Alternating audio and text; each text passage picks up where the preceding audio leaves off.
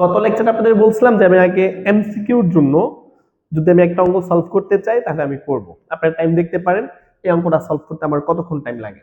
So আমার কাছে দেওয়া আছে log x into log x to the power 3/2 equal মাইনাসের হাফ।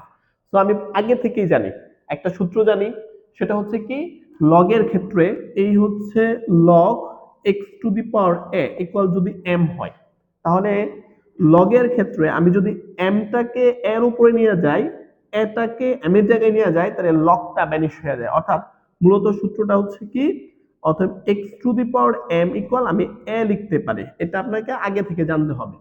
তো আমাকে যখন এটা দিয়ে দিচ্ছে তখন আমি সলিউশনের মধ্যে কি জানবো, এটাই পাশে নিয়ে যাবো, এটাকে এই পাশে নিয়ে যাবো। তাহলে x ইনভার্স হাফ ইকুয়াল হচ্ছে 3/2। তাহলে ইনভার্স মানে আমরা সবাই জানি 1 বাই কি হয়, x টু দি পাওয়ার আমরা হাফ লিখতে পারি। ইনভার্স থাকে আমরা বাই আকারে যায় 3/2। তাহলে ইনভার্স মানে কিন্তু root over, root over 1 by root over x, আর এটা হচ্ছে 3/2।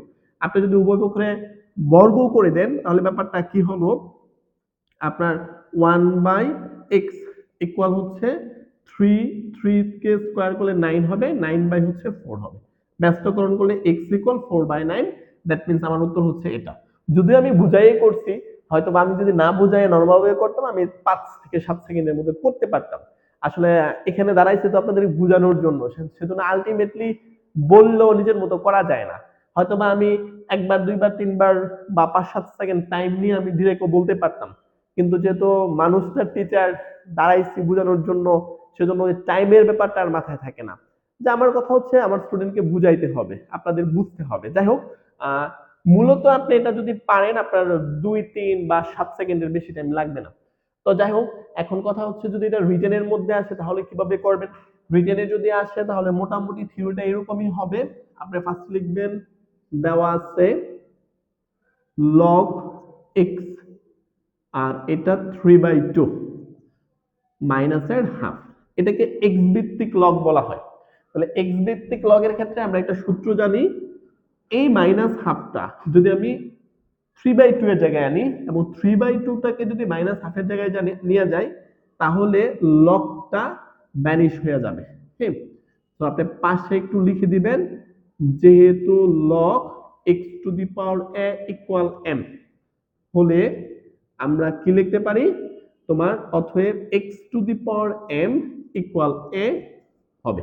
ওকে, এটা সূত্র, আমি সূত্রের মতো করে লিখে দিচ্ছি, লিখতে হবে, ডাজন্ট ম্যাটার। ওকে, এখন আমি যেটা করব সেটা হচ্ছে ইনভার্স থাকা মানে কি 1 বাই ওই জিনিসটা লেখা যায়, তাহলে x to the power 1 by x to the power half, আর এটা 3/2 আছে। এটাকেও চাইলে আপনি লিখে দিতে পারেন, দিতে হবে এরকম কিছু না। x inverse n, that means 1 by x to the power n। আমি আপনাদের বোঝানোর জন্য লিখতেছি। এখন আমার কোনো কিছু পাওয়ার রুট হাফ থাকে মানে কি, আমি রুট ওভার দিতে পারি, তাহলে 1 বাই রুট ওভার x, আর এটা হচ্ছে 3/2।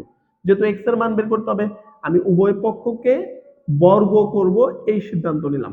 আমরা উভয় পক্ষকে বর্গ করলাম, তাহলে এখানে হবে 1 স্কয়ার মানে 1, রুট ওভার x এর উপরে স্কয়ার দিলে x হবে, আর এটা 9/4। এখন জাস্ট ব্যস্তকরণ করব। ব্যস্তকরণ মানে কি, নিচেরটা উপরে, উপরটা কি হবে তোমার নিচে, উপরটা আপনার কি হবে নিচে হবে। এটা 4/9, সরি আমি মনে হয় আগের অঙ্কের মধ্যে এটাতে দাগাইছিলাম, আসলে সঠিক উত্তর হচ্ছে কি 4/9 হবে। সো রিটেনে আসলে আপনি এইভাবেই করবেন। আর এমসিকিউর জন্য তো আপনাকে কোনো প্রসিডিউর মেনটেন করতে হবে না, আপনি কত দ্রুত অঙ্ক করতে পারেন, এটাই হচ্ছে মূল ফ্যাক্ট বা মূল ব্যাপার।